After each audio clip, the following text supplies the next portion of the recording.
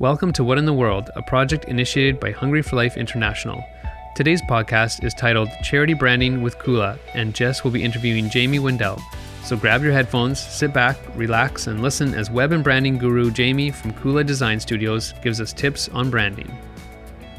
Hi, happy Tuesday, and welcome back to the What in the World podcast, where we talk about all things to do with global nonprofits, or just nonprofits in general.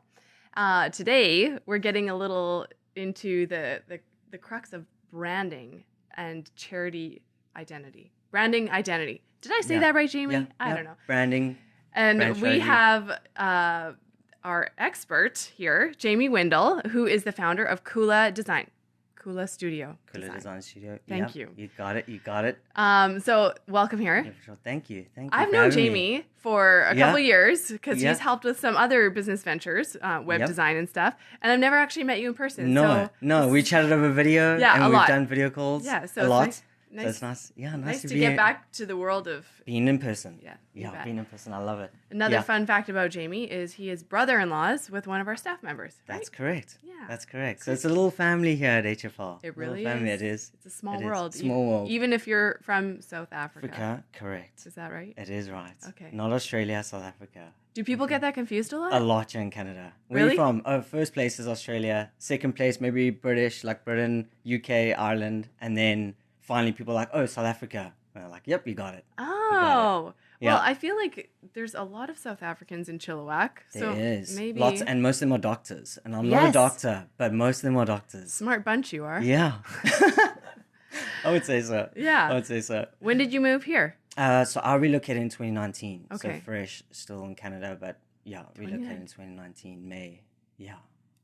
And how long have you been married to To Diane, who Yeah. is Christy's sister? Anyways. Yes. Yeah. So it's been a year. Next week will be a year. Okay. Yeah. So Well, congratulations. thank you. Yes. So Jamie just recently overhauled the Hungry for Life website. Correct. And if you've seen it, you know he is very good at what he does. Thank you. So I want to dive into, we're going to cover the topic of branding and give our listeners, specifically our nonprofit listeners, some tips on branding, because often, you're in the throes of your cause day in and day out that you don't really think about your brand package or For sure. your color scheme For or sure. messaging on your website or those kinds of things. And that is all very, very important when you're trying to communicate your cause. So I think that it'll be an interesting topic for those who are in it. And, for anyone really. Sure, why not? For sure. I mean, there might be some jargon and terminologies that people might not understand in your audience, but they can Google it or they can go on our website and then check it out. But because we might throw some of those out there today. 100%. But I'll try and explain it as best as I can. But even if you're not in the business world or industry, like if you have social media, you're branding to some extent, right? For sure. Like even For your sure. social media Yeah, pages you're putting are yourself you're out there. creating Yeah. yourself a brand. For sure. Did you know that, Yeah. viewers? Yeah. For sure. So anyways, I want to ask you, what does Khula do? Yeah. So we're a global strategic design studio, helping solo entrepreneurs and small business owners transform their brand image and connect with consumers and ultimately thrive. We're super passionate about the small guys. I love working one-on-one with solo business owners predominantly. And I would say our forte is like brand transformation and brand refreshes is what we're really, really good at. So like taking clients that are from the old into the new is kind of like our forte and what we're really good at. Nice. Yeah. Have you noticed that there's a lot of refreshing that has to happen in the last few years? Is For like, sure. as the next generation is kind of coming in. For sure. And technologies are changing and applications are changing. And for those who are in the movement, there's a whole no-code movement. So where there's a lot of apps and tools where you don't need to know the old school coding or HTML coding to actually build your websites or build your applications. And so there's a lot of those tools out there. And so looking back at some of the old websites that were maybe hard coded are very like structured in their ways or have a very old school look and feel like from 1995 or from the old Windows scenes. Yeah. And so we have a lot of those transformations happening. People that are from like WordPress or Joomla or Drupal, similar to what you guys were on Drupal. Right. We're really, really good at transforming those into a platform that's more modern, intuitive, and has lots of design capabilities to like really show your branding and your messaging. Nice. Yeah, and create a good experience. What does Khula mean? Oh, okay. So it's actually a Zulu word from where I'm from South Africa. So I wanted to bring some of my South African heritage into the brand. Nice. And so it basically means to grow, thrive, or increase. And so when we started out the branding, I even did brand strategy for Khula as well in the beginning. When we launched that was in late 2020. We then wanted to create some meaning behind the brand. And so Khula felt like a very strong word, and we help small business owners and solo entrepreneurs grow and thrive. And so that word just resonated with me really well. And I was like, okay, this is it. I'm going to roll with Khula Design Studio. Yeah. I love that name. It's very neat. Plus, Thank you. if you're watching this, his brand is on his shirt, and it's a very cool design as well. Thank you. And sorry, did you already say how many years? How many years have you been in business? So Khula's, we've only been running for a year and a half. So we started out the pandemic like a lot of small businesses have done. You know, a lot of people have realized, you know, they either don't want to work. We need a web presence. Yeah, we need a web presence, or I want to start my own thing. Or, and so it started out the pandemic. Unfortunately, got let go of my previous agency. So I was like, okay, well, here's my opportunity to start my own thing again. And I've done this many times before back in South Africa. So it's not my first rodeo. And so... yeah, so we launched Khula, so it's a year and a half now running, and we've done really, really well. Just everyone wants to be online and everyone needs branding, and so kind of rocketed last year. We had a really great year. But in the industry, the design industry, it's probably about 7+ years now that I've been within the design industry. Okay. So designing, branding, logos, websites, all of those stuff things, working at different agencies in the past. So collectively got a lot of experience there in the design field, for sure. Okay, so when I hired you for our side business, you were brand new. I didn't know that. Yeah. Oh. Yeah. I never would have guessed. No. He's that good, guys. Thank you. He's that good. Thank you. Thank you. What's your favorite part about what you do? I would say twofold. One is working with people from all around the world. So believe it or not, our clients, because we're online, most of our business online, and similar to like how we helped you, it's all over video. And so our clients are from all over the world, like our contractors from all over the world. So getting to meet people from different cultures, learning about their businesses, learning about them, and just seeing like having really cool conversations. I mean, our contractors are from, and some of our core team members are from like Philippines and Germany and South Africa and India, Pakistan, like pretty much all over Canada. And our clients are also from all over as well. Like we've helped clients in the Caribbean, in Dallas, Texas, California, Germany, South Africa, Hong Kong, like pretty much all over. And it's been really, really cool to kind of chat to different people from different walks of life. I would say that's probably the one part that I enjoy the most. And then the second part is really helping small business owners transform. Like not just their business, because we're helping them like be proud of their business and kind of like transform the way they look and show up online, but really seeing them transform as a person. Because once we're done normally with the whole branding process and the website process and all of that we take them through, you get to see like they just have a new energy for their brand and for their business, especially the existing ones. So they feel like they have a new leaf on life. And I love seeing that, the transformation of them personally, like now they're proud of their brand and they're confident and now show off their business and brand to the world. And that transformation is what I really love. Nice. Yeah. Nice. Okay, back to the first part about what you love. Well, when we go into different countries and like it's not like a one size fits all. Like you can't take one project from Philippines and put it in Kenya. So like how difficult is it to be aware of like their cultures when you're doing branding and web design and like like that's a lot have to know. Yeah, it's a lot. So it depends if their business is local. So we do a lot of research normally before going into the conversations, but also during the project itself. There's a lot of like stuff happening in the background, a lot of digging, a lot of finding out about their industry and their consumers and their markets and understanding their cultures and how they operate and how they work. Because even when I arrived here in Canada, the corporate market or the way people do business here is very different to South Africa. So when I arrived here, you have to understand, how people work. Maybe they work at a faster pace. The communication style might be slightly different. The things we say back in South Africa are slightly different to how people communicate here. So there's a lot of those things you kind of have to learn. Yeah. Sometimes you learn it on the fly, and you get just by asking questions in the conversations. But yeah, it's really cool working with different people from around the world. We know here that we love that too. Yeah, for sure.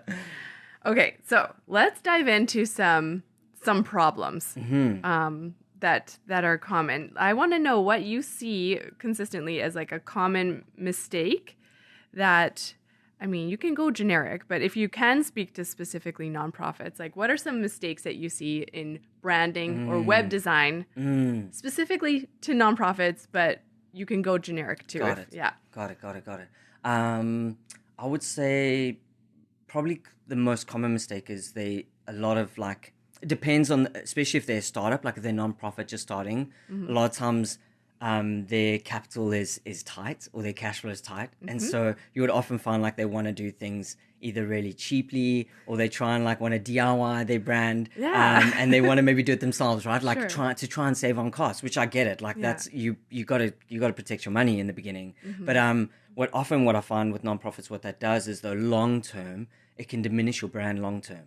And so if you try and like hire someone for $50 online to do your logo for you, that's great, but it makes it really hard down the line to roll out the brand effectively through different mediums and channels. And also just the way people might perceive your brand might not be the quality or the look and feel that you were after in the beginning. And so yes, maybe doing it yourself can save you money, but long term there's that ripple effect of maybe being outshined by your competitors or those type of things, right? So I would say that's probably one of the most common mistakes. I would say is rather take the money and invest in it in the beginning properly. Even when I started out, I'm in this field and I had to pay brand strategists and really good brand identity designers to come up with Khula's logos. So it's not like I could have done it myself, but I'd rather invest the money and get someone professionally to do it because long term it speaks volumes. Yeah. And so I would say that's probably one of the more common ones. Yeah. Yeah. I believe that. Yeah. Like just coming from like if you don't have a concept of brand strategy, you're not going to want to throw money at it. It's just like, quickly pay the online guy $50 and Correct. Yeah, but it doesn't help you communicate your vision, your message, and your cause. Correct. So I know from sitting down with you and going through that whole process, you ask a ton of questions. For sure. Like, what is our end game? Like, what do we want to communicate to people? And it's hard when you don't have that overarching person or business. For sure. Okay, what about website trends or like fonts or colors? Like, what is passé? What is passé? Like, what is like gone? Like, what's 90s? I don't know, because these days, like, we see a lot of especially in the no-code movement. So we build on a platform called Webflow, which is what HFL's new website is built on. Yeah. And so in the Webflow community, like, your design limitations are almost endless. Like, it's whatever you can come up creatively. So we've even seen some of the more retro 90s stuff come back into play on some websites. And so it really depends on the business and what they're trying to convey and what they're trying to visually put across to their audience and capture them. True. But we've had some of those funky, bright colors. Like, even for some of our brands, we've done some clients out of the UK where they're a lot more bold and a lot more ambitious. And we've even done some really bold, funky colors and ways of showing up online. And so we brought some of that old school stuff back into their website building process. But I would say trends, as you know, come and go all the time. Like, things are changing, and I think it just depends on the business and where they want to take it. Yeah, I guess good point. Yeah. Because you can tailor your brand to whatever message you want. For sure. And look and feel, you can basically, it's open, right? Like, you can really, like, the design capabilities are endless. Like, you can really get super creative, or you can go really minimalist and simple. And so all depends on the client and the audience, but trends, it's the thing, right? Like, you got to just watch the trends, see what new things are happening. You can apply some of them, test it out, see if it works. If it doesn't work, then go back and change it. And that's the fun part about using Webflow, is that you can make changes like that on the fly without having to code. Right. Yeah. That is handy. Yeah. Coding seems like a different language, different world. For sure. What are a few different elements of branding, and Okay, maybe I should back up and Yeah. maybe we should define Define, branding. for sure. Whoa. That's a good point. It's a good point. Can you define Yeah, branding so sure, that we can sure. establish that foundation before we dive in? For sure. So, there's many definitions. So a lot of people have different definitions when it comes to branding, but it's how we see it is branding is basically shaping perceptions. So often people think branding is just, when they think of branding, they think a logo. Most of the time, like people, that's the first thing they're like, logo, branding, and I'm done. But actually branding it's not just the logo, it's everything. It encompasses all of it. So it's all the way from how you show up, how do you speak, how do you dress, how do you walk, how do you talk, how do your look and feel. It's branding is basically everything. It's your customer experience, it's your customer service.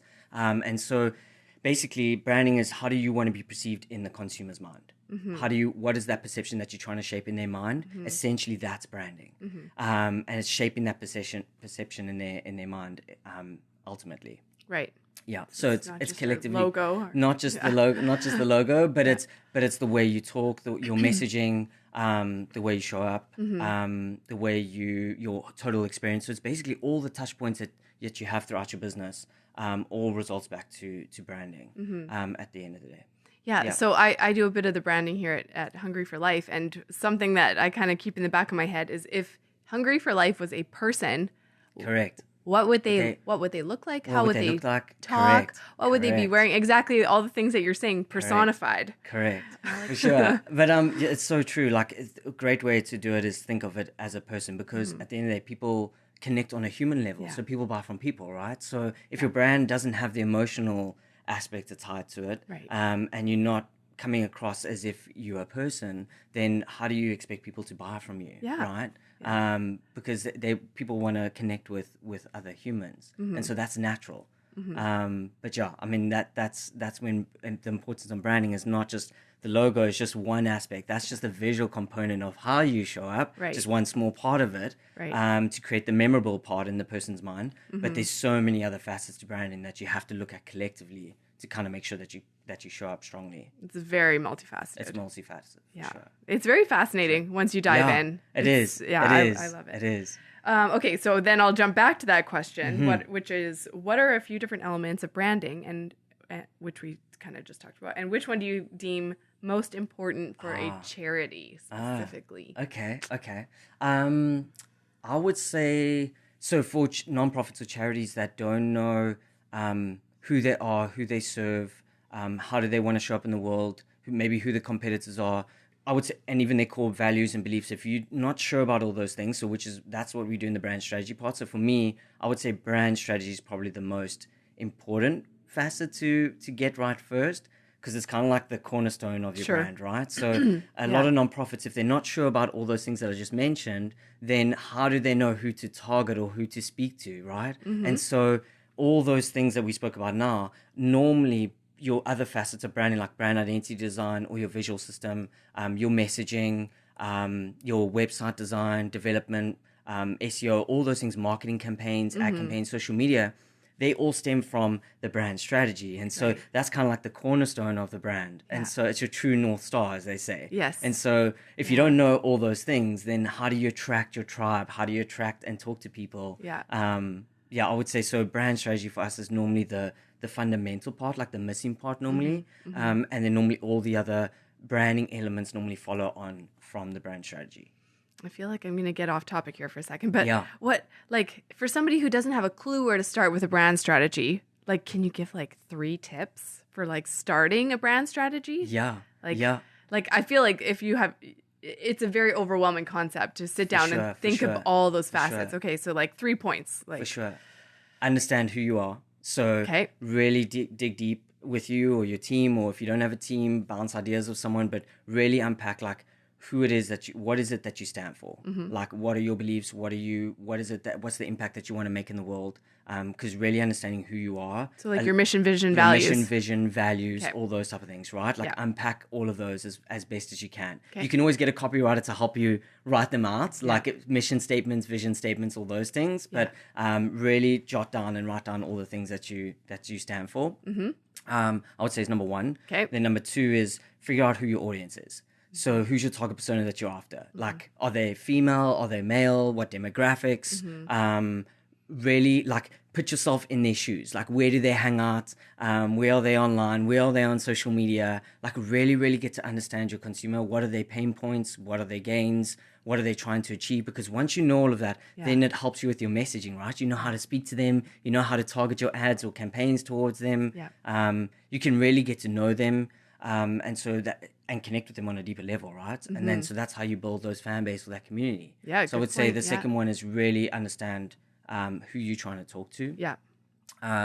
Third one is probably, I would say, another good one is understanding like your landscape. So who are some of your competitors or who's showing up around you? Because I think looking at and understanding how they do things can also give you insights and inspiration. I often look at my competitors' Instagram feeds just to kind of see what they're talking about, how do they show up, because you might get some inspiration from them, but it also allows you to spot the gaps, like what are they doing that maybe or what aren't they doing that maybe you could do, and maybe there's a gap that you can fulfill. Good point. And so opportunity. There's lots of opportunities there, especially when you start to dig deep and go through all your competitors. You can do some competitor research and kind of unpack all of that. I would say normally in the beginning, those three are normally the key ones to kind of like give you a lot to work with.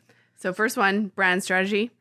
Second, know your your target personas and your audience. Your target persona and your audience. And then the third was your landscape. Know who you're working with, industry, who's around with your competitors. Correct. Great. Good tips. Cool. Okay. Cool. So lots of nonprofits struggle with getting our cause out there and getting buy-in. What is a tool that you think would be beneficial that maybe nonprofits aren't aware of? Because it's hard not to just be one of those another nonprofit asking for money. Like, we really want to convey vision, not for sure. Not necessarily. Oh, TJ, what was that quote you said yesterday? Something about. TJ's our tech guy who always sits behind the desk. Anyways, it was basically about like really wanting to convey vision, and that will get people like attracted and draw them in. What's that? Not a need. There we go. Thank you. Not the need, but the vision. So how do nonprofits? How do we do it? I would say probably if two come to mind is community. So I feel like one way to get buy-in or to get people into your sphere as a nonprofit is community. So one way through a marketing way is through email list. So building up that email list, like HFL, similar, right? Yes. So when you have an audience, try and see if you can capture them into your email list and then nurture them over a period of time, because you have to build trust with your community and with your audience, right? First, before they're going to want to depart with their money. 100%. And so one way to do that is through your email list. Like, a lot of companies see email lists as like it's gold, right? Like it's one of the things that they can have and hold on to. And if they changing products or their business changes, they always have their audience to go back to and say, and email them and be like, hey, this is who we are, this is what we're doing now, or our products change, or check it out, or whatever the case is. So having that email list is pretty fundamental. Especially now during COVID, you've seen a lot of businesses that didn't have an email list. Well, then how do they go and reach back out to the existing database, right? Or to their customers? So I would say create a community, get them into your sphere through an email list. Could be one way.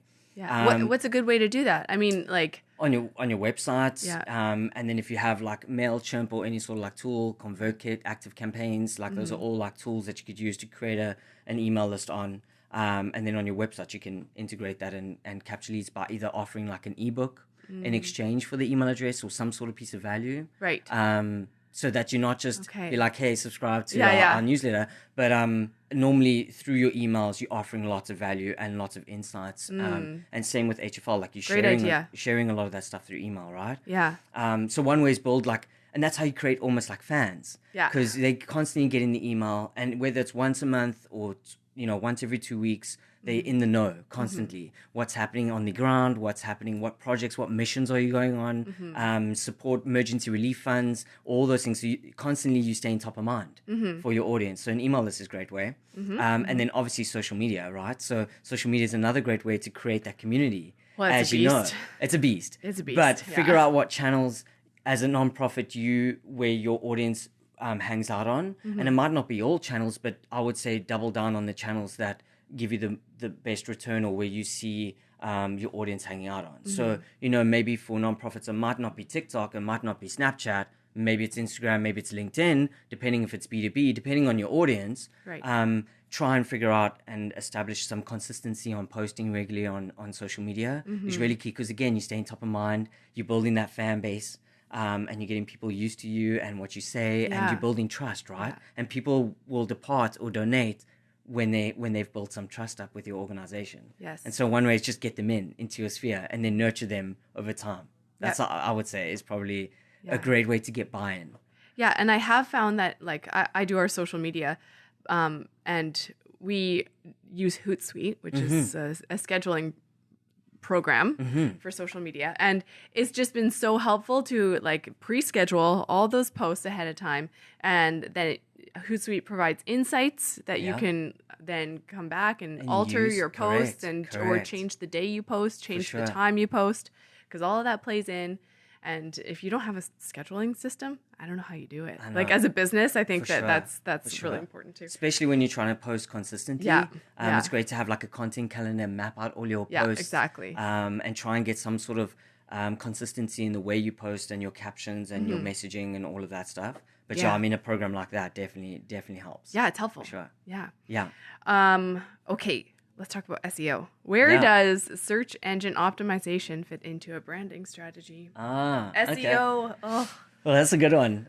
So, I mean, for those who don't know search engine optimization. Yeah, you want to define that? Define it, yeah. So basically, in short, it's basically how you get or how you show up for non-paid traffic organically on Google, on search platforms. Yeah. Basically, or search engines. Yeah. So, SEO is a strategy that a lot of web developers or agencies or design studios use to obviously give their websites a boost. So same for HFL, we did the same. So where does it show up? Yeah. For us, it's actually 3 parts. Okay. So SEO for us, we onboard an SEO specialist in the beginning of the project, believe it or not. So when we're doing all the website messaging, that's when we'll onboard an SEO specialist to do something called SEO keyword research. Okay. And so they've got their special tools and their methodologies and frameworks that they use to go out and pick the top volume keywords that you could potentially rank for when people are searching.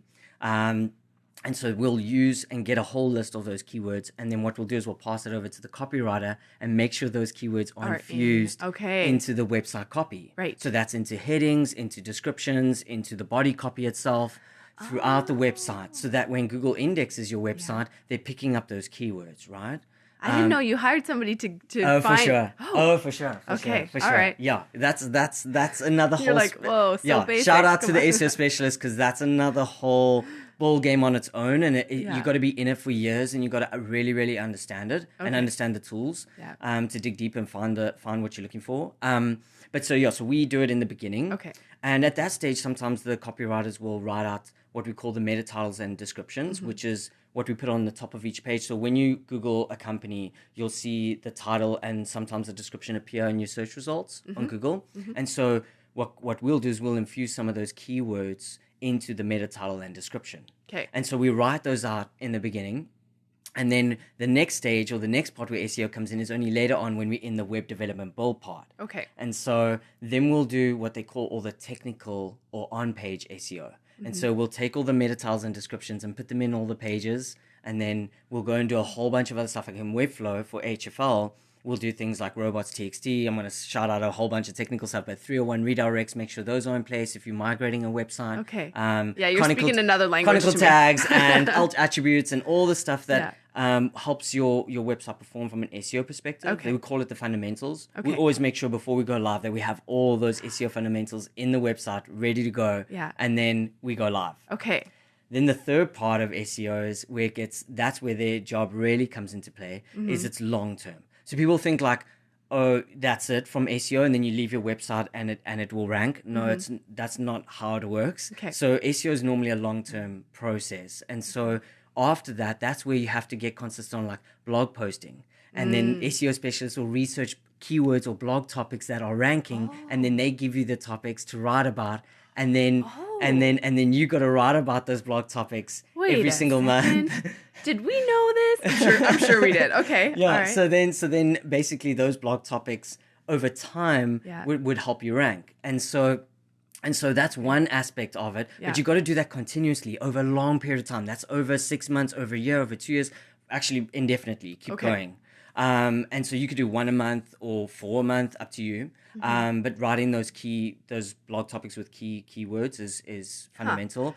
Yep. Yeah, and then backlinks is another way. So building backlinks to your website, and I won't go deep into that, but but it's a whole process on its own. But basically, writing guest articles on other websites, with your link on those websites, driving traffic back to your website, and so over time that improves your domain authority and domain rating, and then that helps you outrank your competitors on Google search. And so SEO, there's a lot of facets to it. There's a lot of technical elements. So blog posting, backlinks. We constantly do keyword research. We improve the site over time as well. So we'll look for errors on the site, improve the site as well to make sure that your performance is good. Because it all comes down to performance as well. So there's lots of different facets to look into. But that's what hiring an SEO specialist can help with those type of things. Because I feel like I'm going to leave this podcast with a whole list of things to do now for our. You got. Does that translate?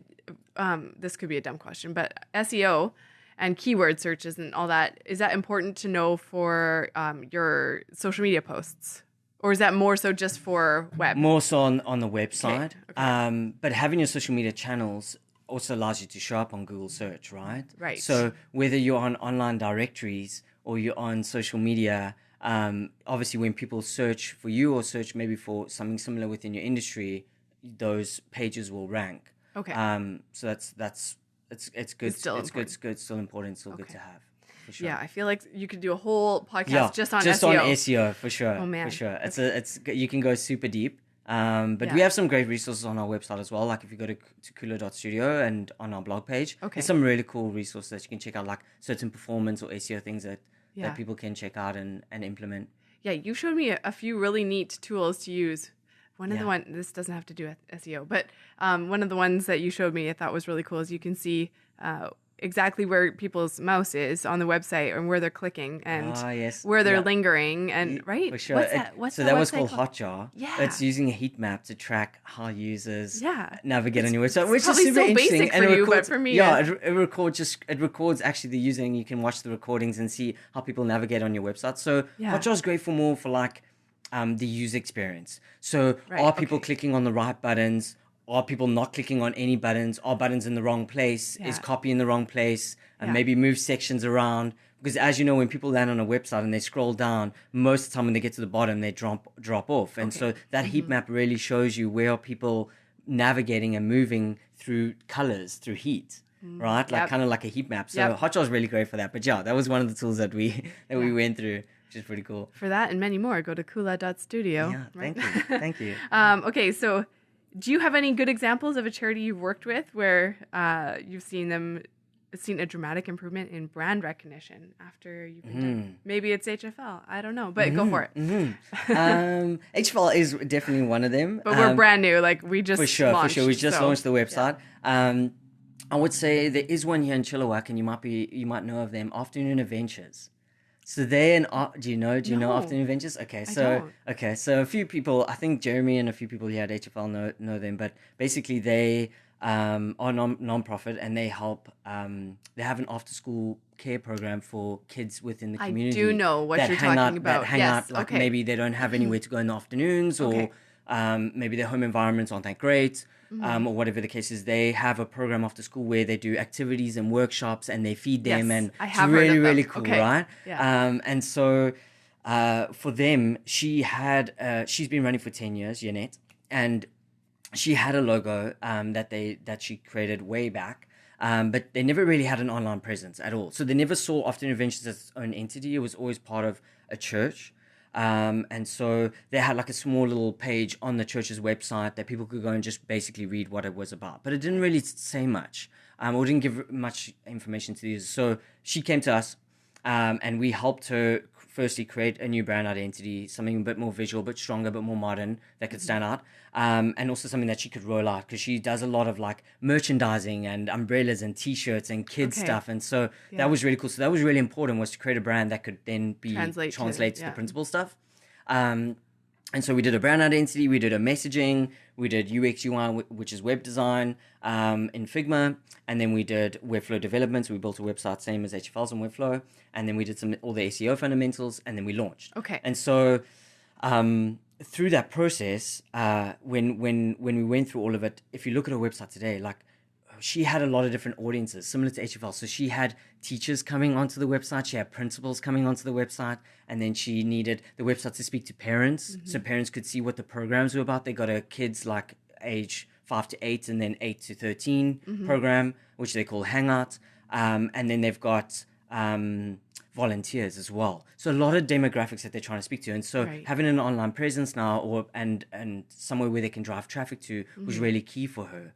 And so her transformation was, after launching, they had a lot of parents now that she could, instead of like meeting a parent on the street and being like, she didn't have somewhere to drive them to explain what Afternoon Adventures was, she can now say, well, hey, go to afternooadventures.ca, go and you can see everything you need to. What are the benefits? What's involved? What do they do after school? What's included? How does it work? Show me testimonials. Who do you partner with? All the local schools and churches that they partner with.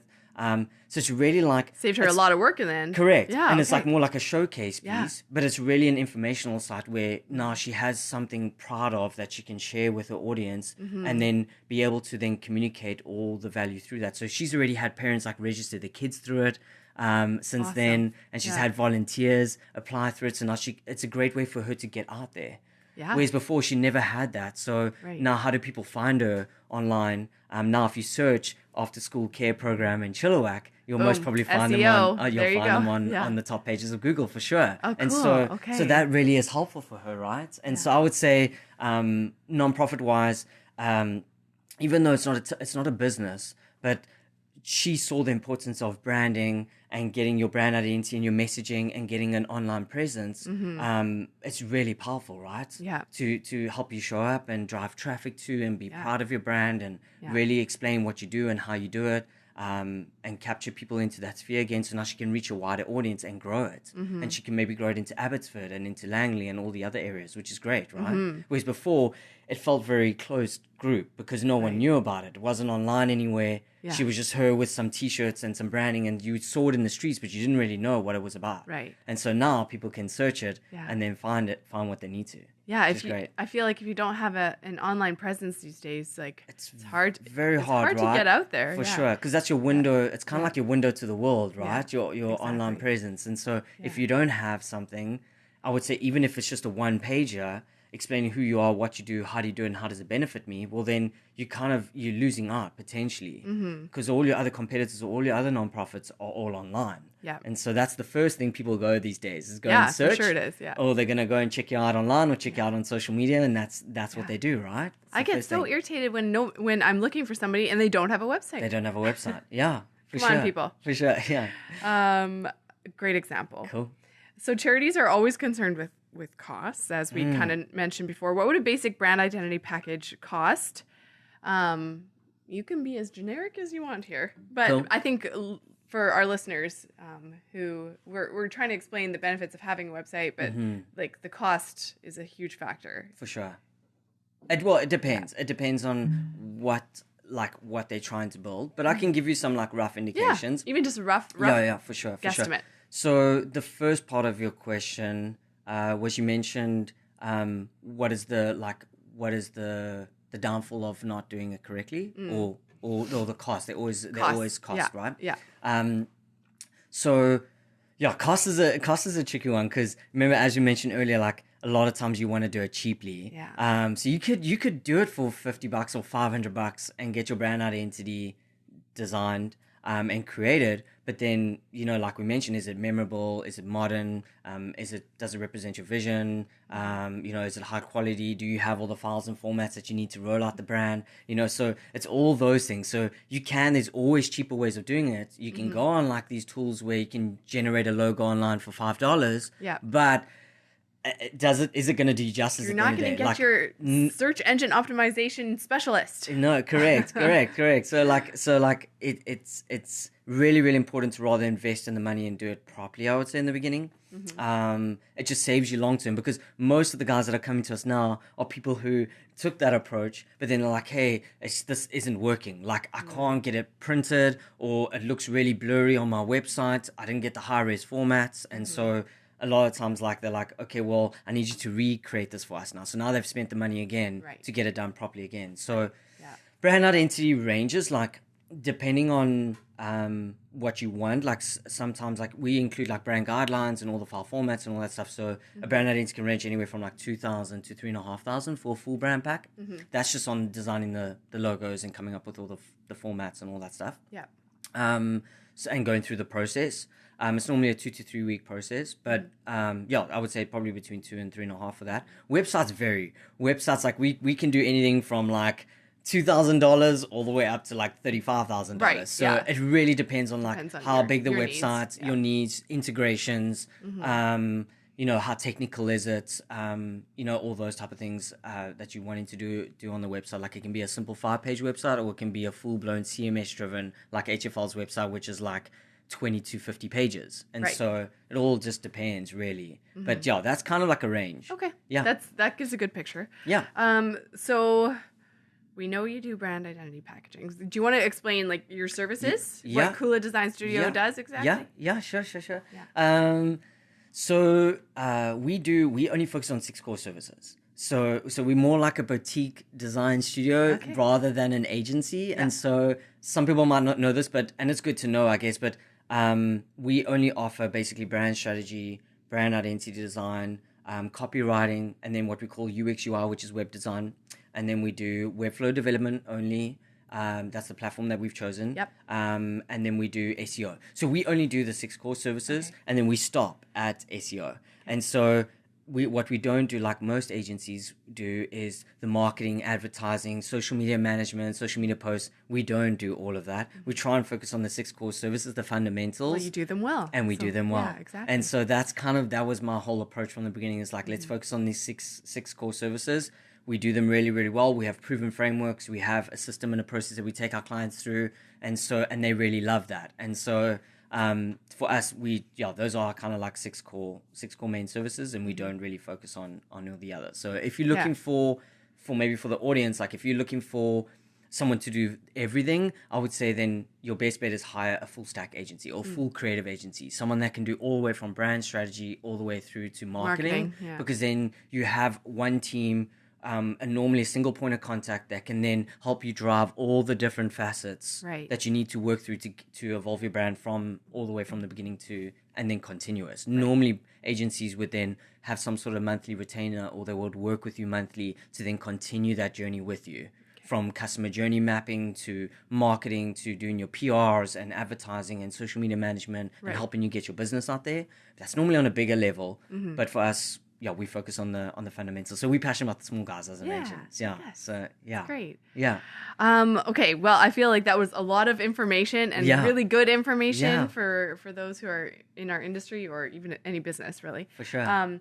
If people want to get a hold of somebody like you, how how would they do that? Yeah. So for Khula specifically, you can go to khula.studio. Okay. KHULA. KHULA.studio. Studio. Yeah. So that's one way. We've got everything on our website. You can check it out there. And then connect with me on LinkedIn. Like, I'm on LinkedIn quite a bit. Okay. I love LinkedIn.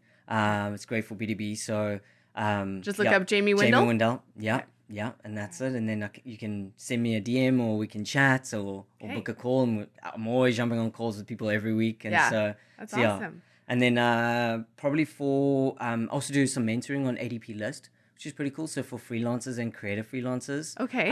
Started that journey recently, which has been really cool. Oh, neat. And so that's like freelancers from all over the world. So to the freelancers out there, if they're listening, you can book me on ADP List as well. Okay. ADPlist.org. And they'll find my profile on there if they search for me. Okay. And it's free. It doesn't cost anything, and they can book a session, and we chat about everything and anything business design related, how to start a design studio, etc., etc. So that's neat. Yeah, really, really cool. It's Khula's way of giving back. So that's amazing. Okay. Yeah. Well, Yeah, thanks for imparting your wisdom No problem. on branding and No problem. all that kind of stuff. And yeah, if you want to know more, we'll drop some resources as well. I've asked Jamie to provide a few resources, and we'll link those in the comments when we post this. So that's all I have. Yeah. All right. Thanks. Cool. Thanks, Jess. Appreciate it. Thanks for having me. Thanks for coming. Cool. Thanks for listening to What in the World, where we seek to educate and inspire. Here at Hungry for Life, we are passionate about your group having a global impact in eradicating needless suffering. For more information, head over to our website at hungryforlife.org, and you can find us on Facebook, Instagram, YouTube, and wherever you may listen to podcasts. Tune in every other week for another conversation about what is happening at Hungry for Life.